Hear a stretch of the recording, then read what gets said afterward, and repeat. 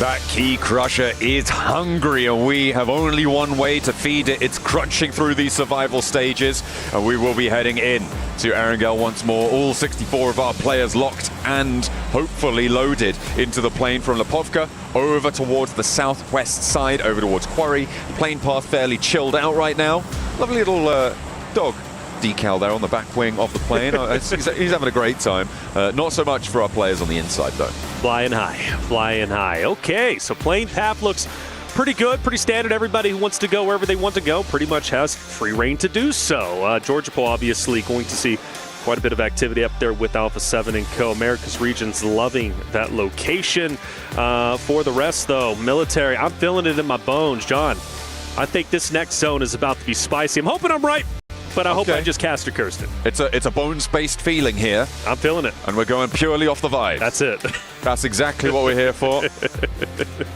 That's the only way to go. You said the word. Purely, yeah, and well, you know, had to fill out that bingo card. Heading on out to the northwest side, I reckon. You know, Zaki circles. That's my bones-based vibes play. Okay, I wouldn't mind Zarki. I think Zarki's great. Again, a couple of teams that notably love to go out there. Actually, speaking of which, let's talk about it. Alpha 7 typically goes towards Zarki. Georgia Pool, Lipovka is where they decide to go this time around. And, well, we don't get either, but we do get right in the middle of what we were predicting. I'm still happy with this, and it's going to benefit quite a few other rosters. For example, E-Arena Kinotrope going to be feeling quite happy. Power, who's had a standout day, currently sitting in third place, 31 points. And, well, let's not forget also getting that Game 2 winner chicken dinner on Erangel, now set up quite nicely to potentially do just the same in game number 4. They'll be central at the moment, a bit spread out, but plenty of time to get together. For Yangon Galactica, they are going down towards military to start looting up and also, of course, get their vehicles. Now, for them, though, maybe a potential to go over to the Western Bridge, maybe a scuffle with Kinotrope, maybe R8, but still early goings, and I'm not seeing any hot drops at the moment. No, there aren't going to be too many right now. The plane path cutting straight through the middle allows a lot of access to places. I mean, obviously, that Alpha 7 relocation to Lipovka, going to their backup drop, it really just opens things up. If they'd have stuck to their guns and tried to go to North George, there would have been a hot drop on some of those vehicles out the west side. So a reasonable adjustment there. Aura and Influence Rage, probably the closest by to one another right now, up towards Yasnaya. But it looks like they're just sort of keeping each other at arm's distance. They don't want to get too aggy with it, and I think rightly so. You certainly, when you have a numbers advantage, don't want to push too hard, and Influence Rage as well, just looking to keep things calm, especially down in that 12th place. They want to get out of this early drop into those later game rotations. Falcons also pretty much dead center. They have nobody around them, at least at the moment. They've had a stellar day. We talked about it throughout the group stage. Falcons, bit of an underperformance, right? Needing to step it up in the survival stage where their tournament lives are at risk. It would be weird, I must say, not to see Team Falcons representing in the final stages in that Smash Point competition, but they're doing very, very well. We mentioned 70 being the cutoff. They've already surpassed the halfway point. They still have a little bit more work, but let's face it, Falcons, if they can perform well in these back end of the 3 games of our 6 today, they can absolutely qualify based off of day 1. The thing that's very encouraging about the Falcons' performance right now that maybe isn't attributed to the other teams that sit around them is that they've done this through consistency, right? They haven't won a game yet. They have just been consistently getting into the top 5, right? And that is a great result for the Falcons to be able to have that spot available to them. The downside of what I've seen from them today is that there have been good rotations, good decisions being made. Yes. Mechanical execution of them has been subpar. Specifically, I think it's safe to say Ralph has had a couple of missteps, and I think Narvalo as well, obviously going down a lot earlier in the games than they would have liked to. You can attribute that to getting a little bit too bold on the scouting, maybe less of a mechanical issue, but I do think there are still a few wobbles here and there, and hopefully they can get themselves nice and steady, because it's working right now. The question is, will it work if they go to the finals, when you bring back those top 8 teams? Yeah, and that's a question, right? And that's a question they're going to have to ask themselves when they do head into the finals. Obviously, the task at hand now is just top 8. And, well, speaking of one of those teams who's close to the bubble is Alpha 7 on your screen, a team that obviously is coming in with squash this time around, but regardless, the returning champions, the heroes of the Americas region who play play so incredibly well. I would be, again, just like the Falcons narrative, it would be so weird not to see Alpha 7 representing themselves during the Smash Points group or finals just coming up next week. But for Alpha 7, they're still relatively healthy. I do feel like they have gotten punished at multiple moments, but for now, I'm not too worried about them. I think they're going to be just fine. Now, for other teams from the Americas region, Influence, Rage, Intense Game, I do start to get a bit worried. I don't think they are performing well. And you go back to Influence, Rage during the group play, specifically their performance during day one group play for them, I felt they were coming in hot. I thought they looked great, but survival stage, nothing like their group play performance. No, I mean, it does really change the dynamic, as I mentioned before, right? When you are taking out those top 8 teams in every single match, no matter which groups we're in, you're expecting there to be about 5, maybe 6 of those teams in the top 8 to be playing in the lobby, and removing those teams has really changed the dynamics here, and teams have taken advantage of that. And like you were highlighting there, some teams have had to eat mud on the flip side, right? Because Sure. you have to for a team to do better, another team has to do worse, right? Swings and roundabouts. That's it. Yeah, that's it. Well, I will say Team Vision also another roster that surprised me being so far down. You go back to group play and they were performing incredibly well, having plenty of highlight moments. Were they in the top echelon? No, but Vision still a team that is struggling. Ragnar Karya now in a fight against AXTMG and Silas, a guy who, again, is trying to create history for himself. He's already has a large history of performances and great moments throughout PUBG Mobile history. This tournament would complete the trifecta he's currently trying to get, so that's a big opening elimination for him. And for AXTMG, the struggles live on. I think Reckon and Kaya are looking weak this tournament in a way that couldn't be said, I think, for Alpha 7 or Falcons. Sure. They haven't really been in these positions to really take too much. They earned a couple of points on a few of the days, but obviously they're here in the survival stages, and I'm hoping that they can stand up. Like you said, with Silas having that PMGO victory, having that PMGC victory under the belt, adding that third, would be the first player in history to do so.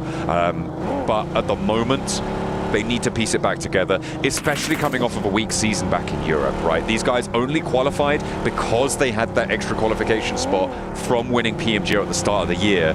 So the fact that they're only here because of that earlier performance, it does add questions to this roster. And right now they're on 8th place. So they would, if things close down now, be going through. And I think I would be disappointed not to see them go through, but they do still have a long way to go. And when they're put back in the fold with the 8 teams already qualified, the same thing's true of as what I said for the Falcons, right? There are those questions that just don't have an answer right now. Alpha 7 in ruins, currently only team over in this location. Influence Rage skirting just to the north side for them, but getting quite contested towards the middle as we would expect. Regnum Karya being one of them. Dead center. Power as well. Haven't really done too much, but you wouldn't expect them to. They're centered. They're happy where they're currently at. For Kinatrope, well, they've got people all around them, but again, same situation. Nobody really to fight at the moment. Potentially Nogsham Red Force a little bit later, who, mind you, I've been very, very impressed with. Had a chance to speak with Benny yesterday. Super impressed with his mindset. He wants to be the best, and well, this tournament is one of the ways to prove it. Well, here we go, going south now. It does shift just a bit, which could benefit Yangon Galacticos, who could potentially stay over on the military side if they don't want to fully commit for the bridge rotate, but it also puts them at risk of getting gate kept by R8 Nogsham Red Force. That's one of the things they're going to have to consider.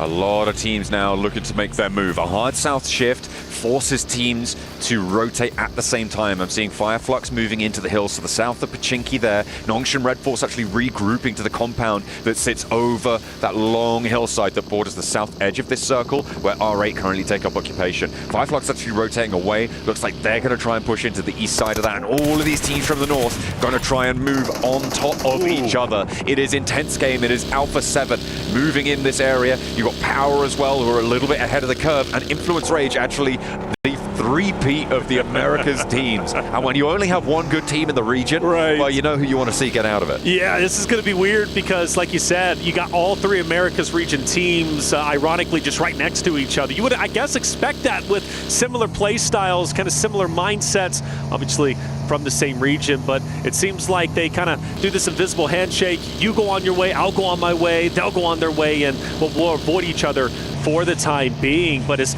deeper as influence rate starts to go, closer and closer, they start to get the power. Fireflux did actually turn around. They're now still in those hills, but it's Gamax, it's Yangon Galacticos who have now crossed the bridge as well on the south side of the circle, who are poking their noses in. You've also got E-Arena, who have sent a scout down south towards Nongshan Red Force, towards R8, but now Alpha 7 have actually cut off that retreat. On the north side, Aura, Influence Rage now clashing, trying to take position, and first blood for Lorazit.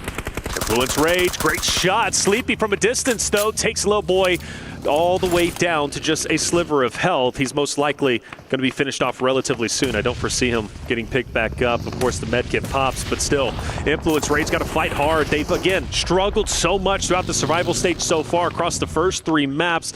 They need to hold their ground. Not to mention, Power also starting to come in for a bit of a third party, and No Fear is gone.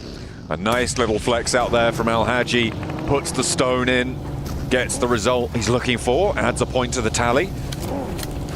Pleased to see you. Power now actually going to put more pressure on. They're moving down, and Influence Rage playing with 4. They're locked into the building. They're surrounded by E-Arena and by Power now, who have pushed Easy actually very, very close to this situation. That was a bit too bold, and I think they've read into that. They will pull him back, fold him back into the rest of the team. E-Arena being on the outskirts scares me, however, for Influence Rage. Such a talented roster. They have really proven themselves throughout not only their second day of group play, but also throughout the survival stages already. Having some high placings. Zone will shift once again. Alpha 7 very, very safe where they currently are. Influence Rage, same story. E-Arena, Power around them. Intense game, though, might alleviate some of that pressure. They start the push in. Power encompassing their location. We get on board with the fight going down. IG versus Power. It will be, I believe, will it be a 3v4, if I'm not mistaken? Yeah, currently that's how it sits. Power were a little bit split, but it looks like they're regrouping. They do have that off angle just across the way. Nade in over towards Easy from Silence, and he's quietening him down pretty nicely there. Al-Haji holding the flank still against Influence Rage, but maybe he needs to worry about the inside, but handles business from Fidan on the outskirts there, looking to try and keep his team in this fight. Silas has the challenge down the alleyway, but both of them back off the angle. Here we go, Power pushing up, Petrino cooking a nade. Al-Haji wants to take him out before it can get thrown, but now he has to reposition himself. IG running on fumes, and Al-Haji looking to put him into the grave earlier than they wanted, and that's exactly what will happen. IG struggles will continue. Power have been stepping up today. A little bit lackluster, well, more than a little bit lackluster in the group stages earlier on in last week's games, but today it looks like Power are here to play. They added on some cheeky chicken dinners. They've been able to now get in and amongst it. It is a return to form for them. Hopefully they can keep this going. Oh, Vision. Just about to point out Ralph, he was separated from his roster. Falcons have been leaving players, stragglers, to be the scouts for the rest of the trio, whoever's out. First it was Redux in the last game, we were talking about him, and now this time it's Ralph, who's, well, potentially in no man's land. I say that, but here comes the rest of the roster trying to pick him back up. Getting Ralph back into the fight, being a 4-man unit, is definitely going to be the way they want to go. It's a question now of vision and how hard they want to push this engagement. The forward duo for Falcons have a position in this next circle. Koa and Narvalo looking to try and stanchion them down. Try and keep things under control here. Koa puts pressure. The res was sent over towards Ralph. He's up there in a vehicle now and they can rotate away. Vision actually not opting to crash onto that position. Instead, trying to get ahead of the rotation and split Falcons off from their forward duo. Now it's a question of Power and do they want to continue to push the issue? And I guess not at the moment. Vision unintentional, though. Even though they do go up top, they still manage to pass by Falcons, and they are in hot pursuit, shooting some shots at Ralph. The early knock that they got a little bit earlier, now trying to get the finish. Influence Rage also in the area, and they're going full send. AXTMG also off in the line of sight. So this is getting a bit chaotic in the open field, and as they are pretty much dead center of the zone, everybody's going to be collapsing in. And now Jiggle from Aura. Regis, you got Silas also up there. Vision Bolt is pushing in, trying to take everybody on, and he's going to fall a bit flat. Vision do a mad rotate through everybody in the circle into the middle of an open field. It was a death ball that they just sent in. hoping to all hell that they'd make it, and they just really didn't. It was honestly a pretty terrible position there for Vision to take. 100%. I think that is probably coming off from the Falcons what was potentially one of the most exciting, fresh, new, dynamic rotations in the tournament so far into what I think I would categorize as the worst rotation I've seen this tournament. Fully agree, and especially because you get a fresh knock on the Falcons and you don't even fully commit for the finish. You have the man advantage in that moment, and then you decide to pull away, allow Falcons to get the res, and then full send it in the middle of 5 teams? Nah, that just doesn't make sense, and well, clearly they are struggling today as they just sit at the very bottom with only 2 points. Hopefully they'll start to get it together. A lot of teams on the north, stragglers, trying to come on in. Kinetro, Power, you also have Influence Rage as well. It's going to be pretty tight up towards the northern side of the zone. The first team to get in might be able to play Gatekeeper, but for the time being, everybody's got a lot of space to work with, but that's the thing. There's just a lot of space out in the open, vast area, which is the zone.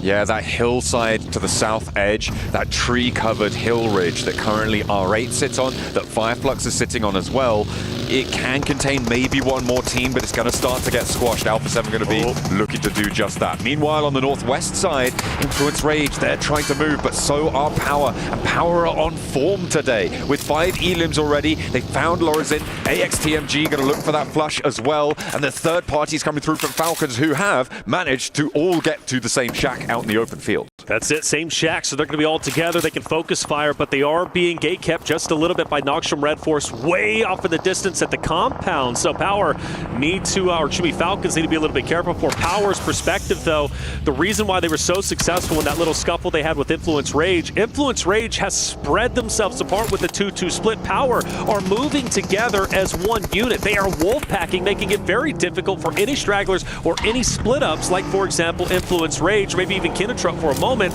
to fight against this 4-man unit of Power. And I think I owe their success to, again, them being on the same page, sticking together. It's hard to take on a full force unit, but teams now start to settle down a little bit. Kinetrup is going to go ahead and take over the west, or should be eastern side zone. Power will start to move in. AXTMG still running on fumes, but Henry may be looking to make a solo play against Power once they rotate in. We'll see what he can do. Has got a forward position to assist with him in Cyrax, but they are very, very split, and in the open fields, it is going to be a difficult crossing. Power moving past Fidan, actually moving close towards that forward position, maybe actually over into Influence Rage. Fidan circling here. Easy's going to roll straight on up. Al-Haji sending in a barrel, sent down the lane towards Influence Rage, and Easy goes in first, does manage to get traded off, but they lose one of their players. Now, can they handle Lil Boy on the inside? Al-Haji take it down, and Influence Rage maybe trying to stop Power dead in their tracks. Fidan on the outside here with the AUG, hasn't managed to find it, and Lil Boy goes for the res. Lil Boy's going for the res. Lil Boy now out. He knows he has to leave this. There's too much utility to use. And the juke, the bait and switch to take down the remainder of Power to stay alive. The Falcons are now starting to move in, and I fear this might be the ending of Lil Boy. But the medkit is popped. He's back up, but the nades are rolling in, and Falcons are starting to close the vice grip. But Lil Boy stands on his own 2 feet for a little bit longer to get one more final knock. Ralph needs to get rezzed here on the inside. They've got a couple of vehicles to play with, but this is not going to be enough of a position. A massive flex back out from the Falcons. They are getting spicy with it. Alpha 7 in the meantime marauding around and sweeping through the western side. They might try and push in and capitalize on this chaos. Squash taking a lot of damage. Arena moving in. Squash ready for this. However, Alpha 7 starts to crumble. Mormon gets to clean up on Revo. And, well, the rest of the Alpha 7 roster now in shambles. Only one remaining. It's Mafioso. He chose to stay back just a little bit. And, well, he's going to have to go at it alone as a solo for anything, right? Going for placement points. Maybe potentially trying to get the remaining cleanups. I mean, after all, E-Arena does have 2 down players. Falcons got really keen to push up towards that north side, but it means that they've got 3 players in position to potentially pick up these points towards E-Arena. You can see these nades are starting to ring on out, and it's actually from R8 who are able to close down Alpha 7 here. But E-Arena suffering as they try and go for that cross, that northern flex out. The Falcons were all held down towards that number 3 on the minimap there on Narvalo, but now with that flex out, they have those off angles. They now need to rotate back on in. You can see the vehicles they got available to them though, and they should be able to make this crossing. Yeah, E-Arena will maybe split the difference between them. Narvalo might be able to put additional pressure with that split. Noxious Red Force still dead center, by the way. They're going to play a big impact as we get later and later into the stages. R8, a team that, just like others, have been struggling quite a bit. Opposite of another team that is relatively low in the standing. Shanghai Galactica, Saycloud Smile just up ahead. Mormon starting to roll in from E-Arena. I would be very, very impressed if Mormon can even pick up one. But with this off angle on R8, I don't know. I'm thinking he can at least start to hurt R8 a little bit, which could open up the door for Young Galacticas to potentially get a clean win here. That's what they'll be looking for here. Gamax trying to push in on the southeast side in the meantime as Fireflux try and hold their own. So far, looks to be in the favor of Fireflux, but Rectum Kaya are chiming in across the way from the north side, pulling them now down to 3 confirmed. Gamax playing with just the 1. It may not be enough to take down Fireflux, but damage has been done, and that's going to slow them down. Talking about those holds out to the west side towards Yangon Galacticos, it really does entrench them in this position a little bit longer. Fireflux staying alive a little bit longer, start to push up towards Yangon Galactica. Strax is, well, in the thick of it. Smoke out, nades starting to move in. Falcons keeping the pressure up. Just such a sensational day from Team Falcons, just on the edge of taking over first place. AXTMG are now gone. And Falcons have been hugely aggressive, and man, from one team to another, they now push up onto Kinotrup. The question is, do they know they're sitting in the weeds? They have managed to spot that first knock, right? So they know that there is a team there sort of trying to navigate the northern side with a hard north shift. It would be a very viable team to try and take out, but Falcons overcommitting here would expose them to Nongshim Red Force, who have been in this compound since the start of Phase 2, almost Phase 1 in fact. They have been chilling here in big ways, right? One Elim, very quiet, difficult to leave if they had to rotate away, but they have control over so much of this open ground now. Without a doubt, and not to mention playing Gatekeeper to Fireflux, playing Gatekeeper to Yangon Galacticus, who's going to have to move into them potentially. So I expect them to be at 5 eliminations relatively soon if they can do everything right. They're already in a very healthy spot, just 4 points away from taking over first place. R8 has been tempting this fight opposite of Falcons for quite some time. They managed to stay up. They, of course, only have 3 members, but you can do a lot of damage with 3. But you mentioned Noxium Red Force playing the Gatekeepers, and well, Damar's going straight into him. Just going straight on through, trying to see if he can keep an edge, and it looks like they're going to let him play on this wall for now, but the Falcons might have something to say about that. Damar may be exposed. The rest of R8 actually going to continue that push. He knows he's getting unchallenged, so they've got that western building under control. An interesting decision for Nongshim Red Force not to hold them out. They're going to give the western side of the compound to R8.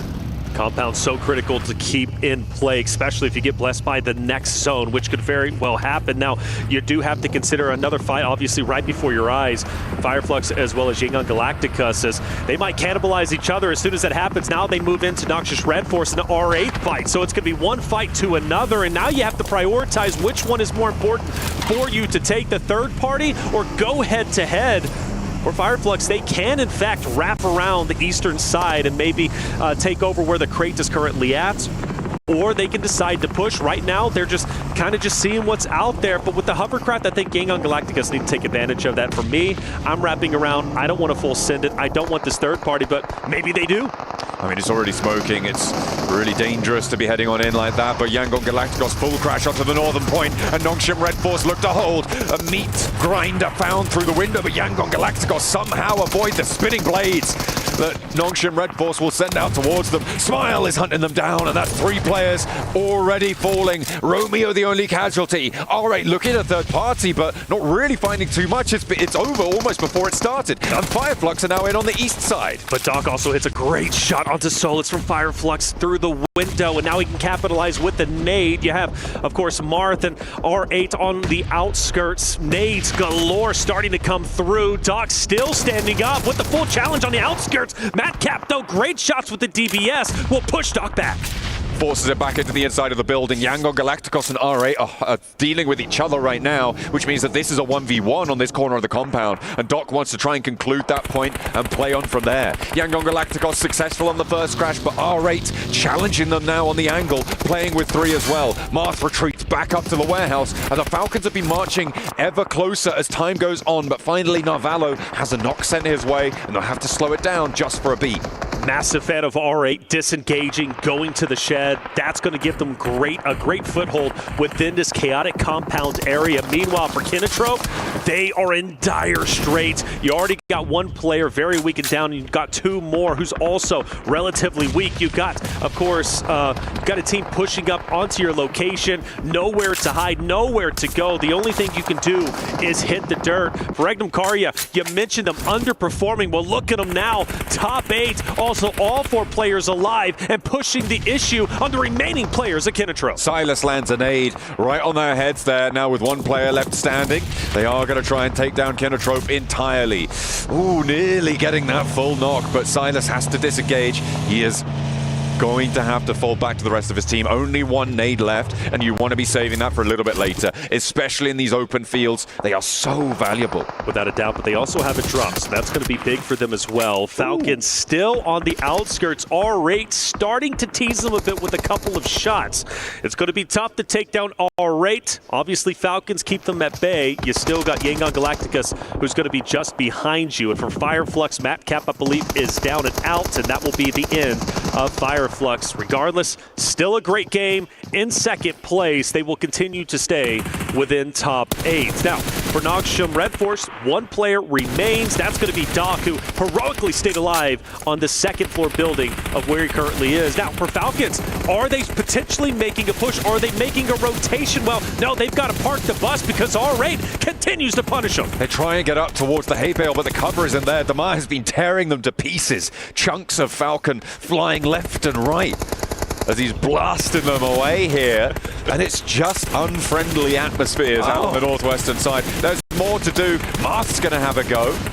Have a crack, and now it's just the one player. No, it's the no players as Falcons fall flat on their rotate up towards the north. Which is so disappointing. Falcons were on fire. The way they were pushing teams was excellent, and they didn't want to fully commit for this compound play. They wanted to skirt the edge, but there's just no coverage on the outskirts, right? And unfortunately, a little bit too overexposed, but good on R8 to take advantage of that moment. Now, all eyes on Regnum Karya, who have to push through an open space. Smoke so valuable in the moment. Now it's just a mad dash forward. The question is, can they even make any headway? R8, Yangon Galacticus, Doc from Nogsham Red Force is going to be looking straight at him. Immediately covering this field in smoke. Stage 8 circle closes dead center, and that will put us on the north side of this compound. None of these teams currently have position there, so if Regnum Karya can get up to the wall successfully, they're going to have a great shot here, but they're going for the wraparound. Damar on the wall looks to try and hold his nerve, but he's already taken down in a second as well. A blast on the sidelines here for R8, and they will be torn apart. Regnum Karya with a clean roll-up and give themselves a chance for 12 elims and more into this circle. 4 elims remain, could be a 26-point game. Absolute insanity.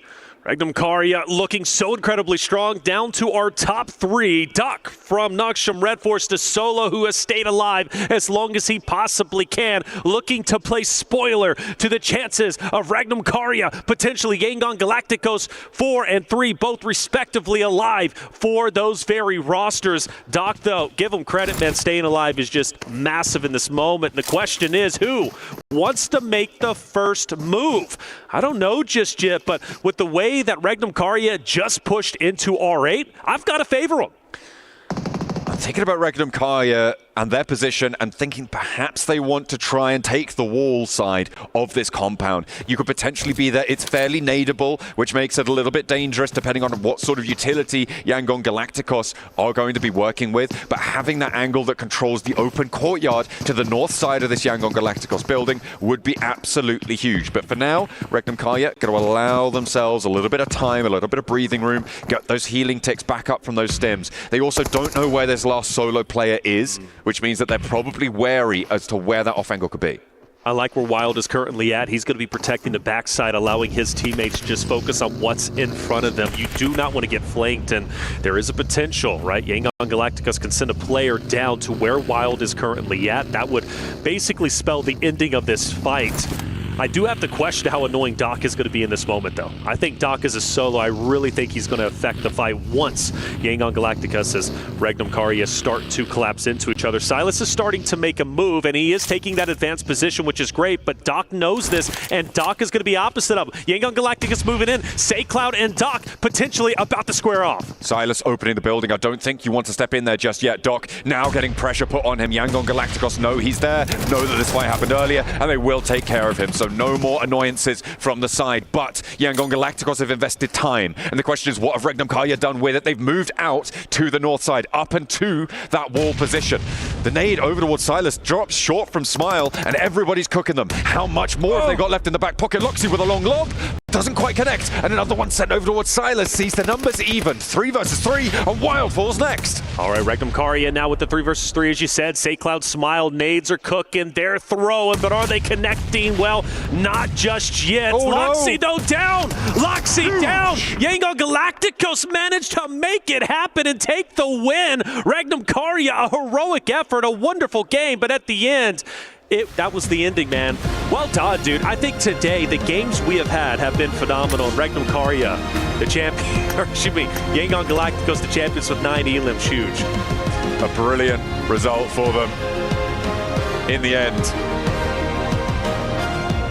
And Yangon Galacticos, yeah, the happy to see that one close it down. That position that Doc held in the end, okay, a little bit more aura farming coming through from Yangon Galacticos, hitting them with the boat dance. But you know what? In the end, it felt like Regnum Karya maybe gave a little bit too much leeway to Yangon Galacticos. They played towards the back of the compound for a long time, right? They could have potentially taken control, gone a little bit further forwards. The circle closed a little bit further south than I thought it would, so it could have been a little bit more of a decision maker there, but I think getting rid of Doc was brilliant from Yangon Galacticos.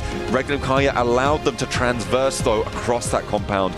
They could have done more. 12 elims in a second place, however. Yeah. That's going to put you up on, what, 18 points on the match, and that's a great result. Yeah, without a doubt, especially since we talked about their struggles. So a game like this, very much needed. Puts them closer to that potential theoretical 70-point threshold. Regnum Karya looking so very strong. There it is, game number 4.